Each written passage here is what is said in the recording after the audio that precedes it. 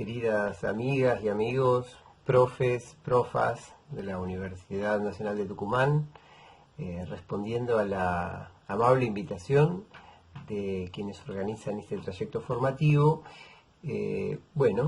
Agradezco la posibilidad de encontrarme con ustedes, aunque sea de esta manera. Este es un momento más expositivo y hemos decidido hacerlo al modo de un video, de modo tal de no depender de los caprichos de las conexiones a internet y que se pueda ver asincrónicamente, pero la idea es que en un ratito, después de visualizarlo o en un momento posterior, no alejado, pues podamos mantener una conversación. De modo que la idea es que este sea el disparador de esa conversación. El título que me han propuesto es sobre el trabajo, el oficio, la artesanía y lo que hay adentro de eso que hacen los profesores y profesoras. Un título largo y debo agregar pretencioso, ¿no es cierto? Porque dice demasiadas cosas y entonces después uno tiene que correr detrás de cada una de las cosas que dijo, lo cual es un problema. Espero poder hacerle un poco de caso al título y desplegar algunas ideas que después nos permitan conversar. Me gustaría comenzar planteando algo en relación a los maestros y los alumnos como actores de una relación, ¿sí? Cuando nos encontramos en el aula con los estudiantes, tejemos algo del orden de lo relacional, hay un vínculo y si después contamos la historia de nuestra materia con ese grupo, es como contar la historia de una amistad o como la historia de un amor, ¿no es cierto? Por más que no nos hayamos hecho amigos y por más que no nos hayamos enamorado, estamos contando una relación. En eso se parece a la amistad y al amor. Pero la enseñanza, y a esto quiero llegar, no es solo una relación. La enseñanza es al menos otra cosa que convive con la relación, porque esa relación no empieza como suelen empezar las relaciones, empieza por una marca institucional. La enseñanza es al mismo tiempo una relación y un sistema, agrego, de proporciones industriales que produce algo muy diferente de lo que producen las relaciones. Cuando pensamos la enseñanza en términos de las relaciones, nos mueven las reciprocidades de esta alteridad cotidiana que es encontrarnos con los pibes en el aula y saber que la clase pasada alguien dijo algo que nos dejó pensando y esta clase lo vamos a retomar. Pensar en términos de las relaciones es pensar en términos de las angustias que nos genera ese encuentro, porque siempre los encuentros generan algo de, los psicoanalistas dicen, de esfuerzo intersubjetivo, ¿no? De trabajo psíquico. Pensar la relación es pensar la parte vivida y la parte vívida.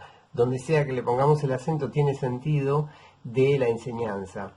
En cambio, pensar la enseñanza en términos de sistema es pensarla en términos de todas las regulaciones que la rodean, de todos los rituales que la rodean y también de todas las utopías que la rodean.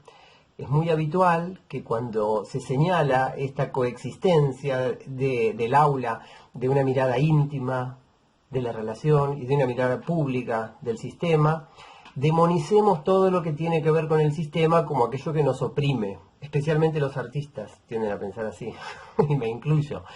El sistema es ese monstruo que te come, digamos. Y al mismo tiempo que la enseñanza tenga lugar en aulas reguladas por un sistema, por un diseño curricular, por una serie de horarios que hay que cumplir, por una serie de prescripciones acerca de los contenidos, el método, los lineamientos, por una serie de acreditaciones que vienen con sus firmitas, sus diplomas, sus certificados. Bueno, todo esto no solo rigidiza, no solo burocratiza, no solo vuelve gris y amarga la experiencia de las relaciones, cuando eso sucede, que no tiene por qué suceder, pero a veces sí, sino que además le da una trascendencia, podríamos decir, social. Hace que las relaciones de enseñanza funcionen al amparo de una visión más grande, de una visión utópica sobre alguna idea de ser humano, alguna idea de mundo, alguna idea de vida que merece ser vivida junto con los otros, en un espacio común. La enseñanza es dos cosas al mismo tiempo, dije, una relación y un sistema enorme. Los lugares más evidentes donde el sistema mete la mano en la relación son la planificación, la evaluación, el currículum, los horarios, la lista de asistencia. si nosotros simplemente nos juntáramos por el puro gusto de enseñar y aprender, para disfrutar de un lindo momento de enseñanza y de aprendizaje, y no nos corriera nadie y no existieran todos esos condicionantes, a nadie se le ocurriría tomar exámenes, ni tomar lista, tomaríamos vino, o cerveza, o café con leche, pero no examen, no lista. No haríamos planificaciones formales con objetivos generales y específicos, no enumeraríamos los contenidos, la enseñanza y el aprendizaje tendrían lugar de una manera más espontánea, más artesanal, y con eso ganaríamos en términos de las relaciones, perderíamos en términos del sistema. Es decir, hay un equilibrio que se conjuga en esta idea de que la enseñanza son dos cosas que creo que ha quedado más o menos planteada. Ahora bien, uno de los elementos que trae la situación escolar a la relación de enseñanza, por esto de que también es un sistema, es lo que llamamos la obligatoriedad escolar. Y aquí llego a un segundo punto, ¿sí? Quedó planteada la idea de que la enseñanza es dos cosas al mismo tiempo, y el hecho de que sea dos cosas trae esta palabra obligatorio, obligatoriedad, que creo que es una palabra problemática porque se aprende por obligación en la escuela. ¿Cómo lidiamos con esto los profesores en general y los profesores de arte en particular? Cuando esta asociación entre arte, placer, elección, inspiración, etcétera, esta idea un poco romantizada de la relación del artista con su tarea también y de su enseñanza, con estas tradiciones discipulares, digamos, tan individualizadas y alejadas de un contexto de compulsividad, de cosa pública, hace que lo obligatorio sea difícil de pensar. Pensemos que la idea de obligar es una idea que a nivel de las relaciones nos incomoda mucho. Nosotros nos gusta creer que contamos con la aprobación, con el gusto, con la intención y con el compromiso de nuestros estudiantes en el aula, y la idea de tenerlos encerrados a la fuerza, cosa que de hecho sucede en las escuelas, ¿no? ¿Qué pasaría si un niño de tercer grado o de tercer año de la secundaria quiere irse de la escuela? Bueno, lo más probable es que no le resulte tan fácil, ¿no? Necesitaría alguna autorización, que lo vengan a buscar, pero alguien lo detendría físicamente en la puerta, el portero, por ejemplo. Los chicos están literalmente encerrados en la escuela, es una institución de encierro, como se las ha definido en algún texto de Foucault hace muchas décadas. La cuestión de la obligatoriedad, digo entonces, es una cuestión que la vemos muy conservadora en el plano didáctico. Sin embargo, cuando se dice que la educación sexual integral es obligatoria en todos los sistemas, cuando se dice que la sala de 4 de jardín de ahora en adelante es obligatoria, cuando se dice que la secundaria se vuelve un nivel obligatorio, todas estas afirmaciones ya no son conservadoras, son progresistas, porque la obligatoriedad a nivel político pierde cualquier sesgo de conservadurismo y se vuelve un dato progresista, porque hace referencia desde una mirada del sistema y desde una mirada social a lo que es de todos, a lo que es para todos. Obligatorio ahí se vuelve sinónimo de comunitario, de público, de social. Todo esto nos invita a pensar que en el aula los profesores somos al mismo tiempo sujetos de esa relación, sujetos de esas biografías, sujetos de esas vidas que se entrelazan y se encuentran, pero al mismo tiempo somos sujetos políticos. Y si bien podemos buscar nuestra parte de sujetos políticos afiliándonos al sindicato, lo cual está muy bien, o militando en un partido político, lo cual también está muy bien, en lo profundo de la esencia de ser profesor, el carácter político está dado por estos lugares en los que se cruza el sistema con la relación. Y somos sujetos políticos cuando nos sentamos a pensar cómo usamos la lista de asistencia, cómo usamos, qué hacemos con esto que el sistema pone en nuestra mano, que es la obligación de evaluar, y no lo elegimos nosotros, y no lo eligen los alumnos, y ni a los alumnos ni a nosotros suele gustarnos tomar exámenes, pruebas, evaluaciones. Es algo que el sistema pone en nuestras manos y que según qué decidamos hacer con eso y cómo decidamos manejarlos, eso nos define como actores políticos del sistema educativo y de nuestra propia práctica docente. Y esta cuestión de la obligación me gustaría tomarla todavía desde un lugar más, desde un ángulo diferente, y que es el ángulo del aprendizaje. La he tomado desde el ángulo más bien de la enseñanza, ¿no? Porque aprender por obligación suena raro. Déjenme presentar, aunque sea de forma escueta, somera, 4 grandes contextos o 4 grandes razones por las cuales uno podría terminar aprendiendo algo. La primera y la más linda es el aprendizaje por deseo, es el aprendizaje por placer, es el aprendizaje de algo que me gustaría se incorporara a mi vida, que fuera parte de lo que yo soy, que se convirtiera en mí. La habilidad de tocar un instrumento, la capacidad de dibujar, la sensibilidad para entender y poder conversar acerca de algo. En fin, cuando nos sentimos enamorados, seducidos por un ámbito de conocimiento, por una disciplina, por un saber, por un hacer, y lo incorporamos a nuestra vida, bueno, es una maravillosa forma de aprender, sin ningún lugar a duda.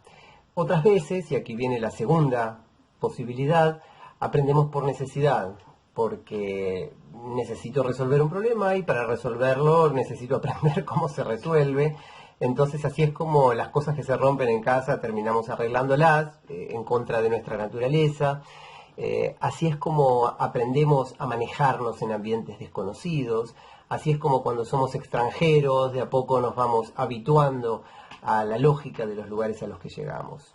Placer, entonces, necesidad. La tercera forma de aprendizaje, y aquí entran muchos aprendizajes que hacemos en la vida, es por inmersión, por estar inmersos en un ambiente cargado de signos que nos dicen cosas y que sin darnos demasiada cuenta terminamos familiarizándonos con esas cosas. Y así es como sabemos la secuencia de los nombres de las estaciones de tren, así es como sabemos los nombres de las personas con las que nos cruzamos cotidianamente. No nos hemos sentado a estudiarlo, no nos hemos propuesto, no lo hemos necesitado tampoco, pero simplemente sucedió.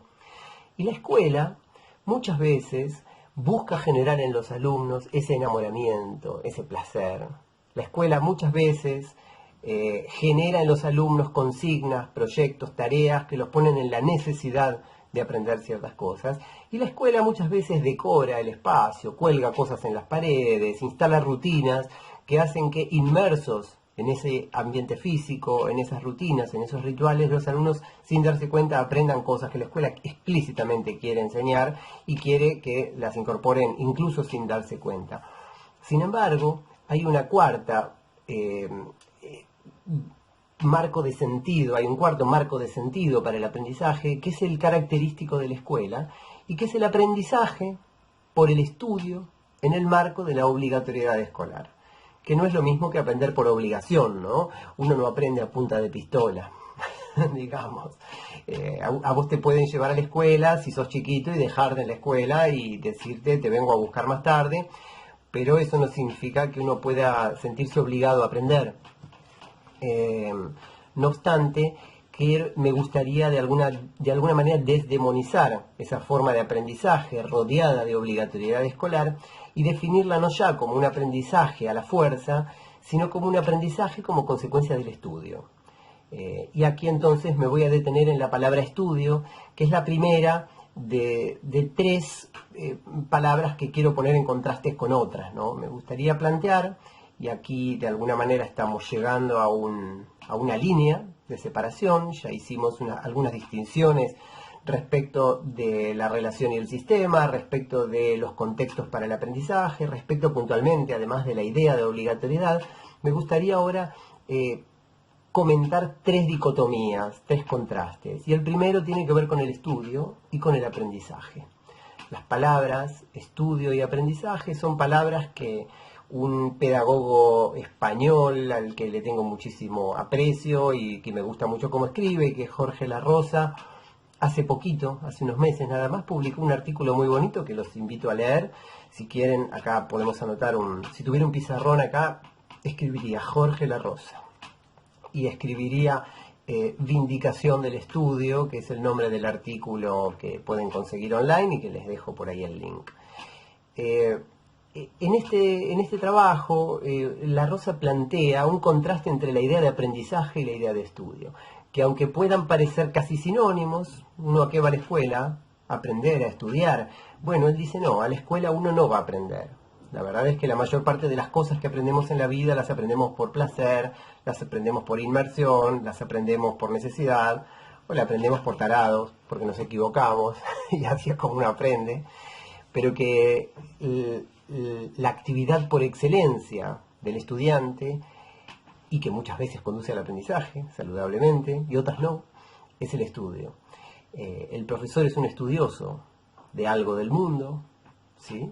de la historia del arte, por ejemplo, y el alumno es un estudiante de algo del mundo, de lo mismo. Los dos se asoman juntos hacia la historia del arte para estudiarla, y estudiarla significa poner sobre la mesa una serie de materiales, proponer una serie de ejercicios con esos materiales, leer, escribir y conversar. Y cuando esto sucede, sucede lo que solo la escuela puede promover que suceda. En ese texto además se van a encontrar ustedes con que Jorge hace una especie de recorrido etimológico por las palabras aprendizaje y estudio, y entonces señala algo muy interesante en lo que seguramente nunca pensamos. Bueno, yo no lo había pensado antes de que él me lo propuso pensar, y que es que la palabra aprendizaje es una palabra que a veces vieron que se escribe con la H, incluso aprehender, significa agarrar, ¿sí? Aprehender, ¿sí? Aprender algo, agarrarlo, y agarrar algo del mundo y guardárselo en el bolsillo. De hecho, cuando terminamos un nivel educativo, la directora nos dice, se van con la mochila llena de cosas, porque hemos aprendido, porque nos hemos guardado cosas del mundo en el bolsillo, en la billetera. A ver si las podemos utilizar después para algo, ¿no? El aprendizaje pone el acento sobre el valor de intercambio de las cosas, y si bien todo aprendizaje nos enriquece, nos cambia, etcétera, tiene un poco más que ver con la acumulación que con la transformación, o tiene un poco más que ver con la suma de cosas que se aprenden. La actitud frente al conocimiento de la palabra aprendizaje, que invita a pensar la palabra aprendizaje, es una palabra ligada con la apropiación, con la interiorización, con la asimilación. El estudio, por el contrario, en su etimología, tiene que ver con el afecto, tiene que ver con la dedicación, tiene que ver con el brindarse a algo. Es decir, la energía del estudio es la contraria. Estudiar no es agarrarse a algo del mundo para guardárselo.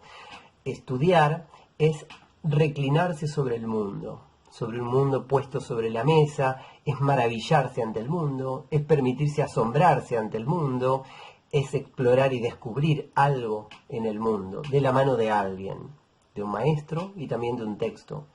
Entonces esta especie de elogio del estudio, esta especie de recuperación de la idea de estudio, creo que nos invita a pensar en este primer contraste, ¿no? Entre aprendizaje y estudio, que no es una crítica al aprendizaje, ¿no? A todos nos gusta mucho aprender cosas desde ya, pero lo que tiene el aula es que genera esta forma de magia, esta forma que no sucede en ningún otro lugar que en las aulas, de magia, y que consiste en posibilitar una conversación entre un profesor, un estudioso y un grupo de estudiantes respecto del mundo, sin que eso tenga asociación con una utilidad práctica inmediata, de una manera lenta, sin apuro, regalándose un tiempo liberado de otras obligaciones, de otros compromisos, y que nos permite, de alguna manera, disfrutar de esa conversación que nos transforma. Las conversaciones en el aula nos convierten en otra cosa que no éramos. A ustedes, por ejemplo, los convierte en profesores de no sé qué o en licenciados de no sé qué.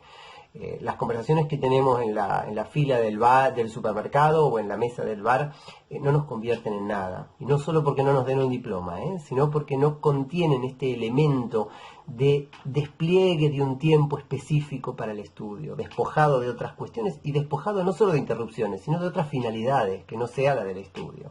Y esto es algo maravilloso.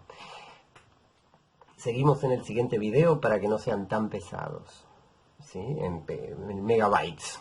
Así que vamos al siguiente.